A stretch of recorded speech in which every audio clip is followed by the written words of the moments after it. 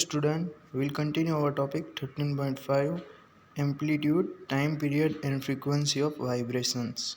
We have learned that the to and fro motions of an object is known as vibration. जैसे कि हमने पढ़ा है from motion जो है उसे हम क्या कहते हैं वाइब्रेशंस कहते हैं. This motion is also called an oscillatory motion.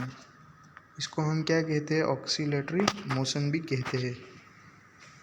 You have already learned in earlier class about the oscillator motions and in time period the number of oscillations per second is called the frequency. जो number है oscillation per second उसे हम क्या कहते हैं frequency कहते हैं. Frequency of ऑक्सीलेशंस.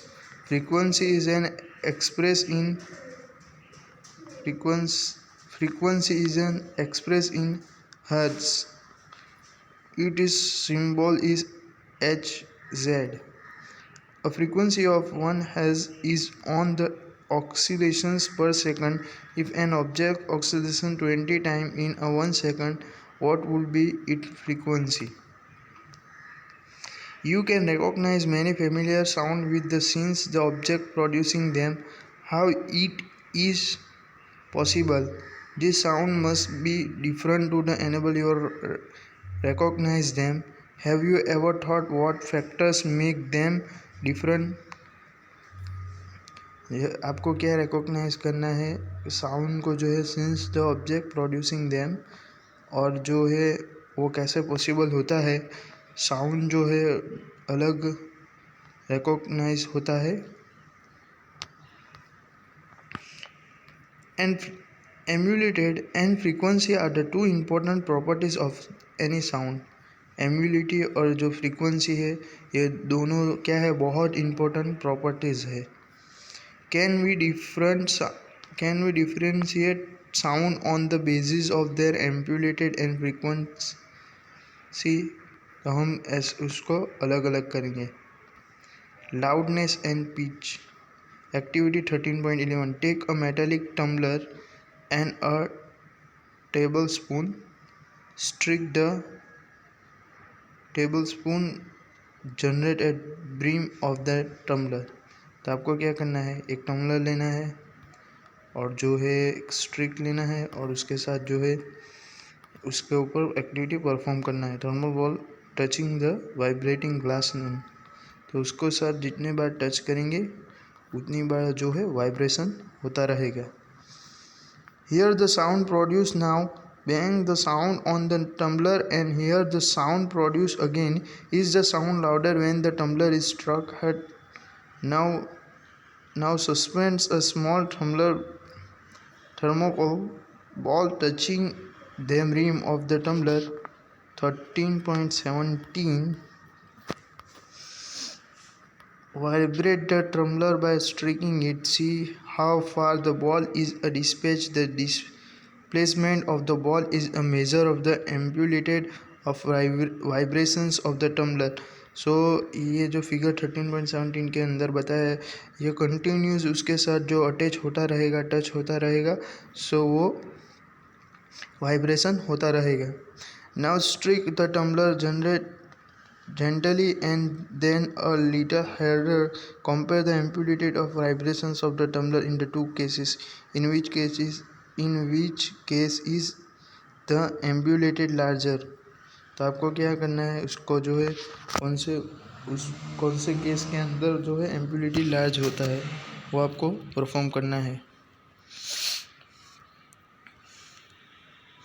The loudness of the sound depends on its amplitude. When the amplitude of the vibration is large, the sound produced is loud. When the amplitude is small, the sound produced is feeble. Compare the sound of a baby with that of an adult. Is there any difference? तो आपको क्या करना है compare करना है अगर जो baby होता है और जो एडल्ट होता है उसके वॉल्यूम के अंदर जो है आपको कंपैरिजन करना है. तो इज़ देयर एनी डिफरेंस, या तो बहुत ही डिफरेंट होगा।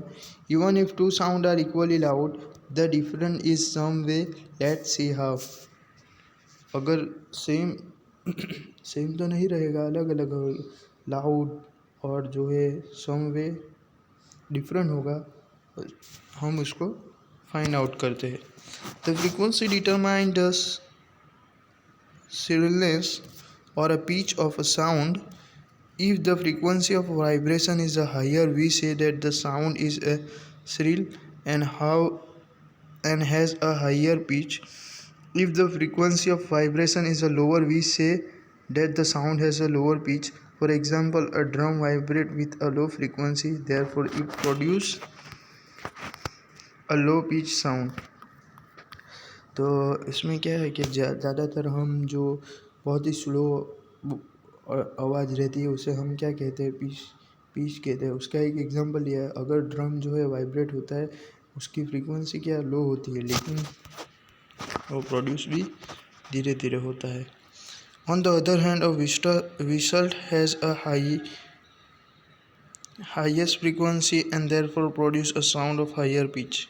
सो ये दूसरे जो फिगर में बताया ना 13.8, frequency determine the pitch of sound.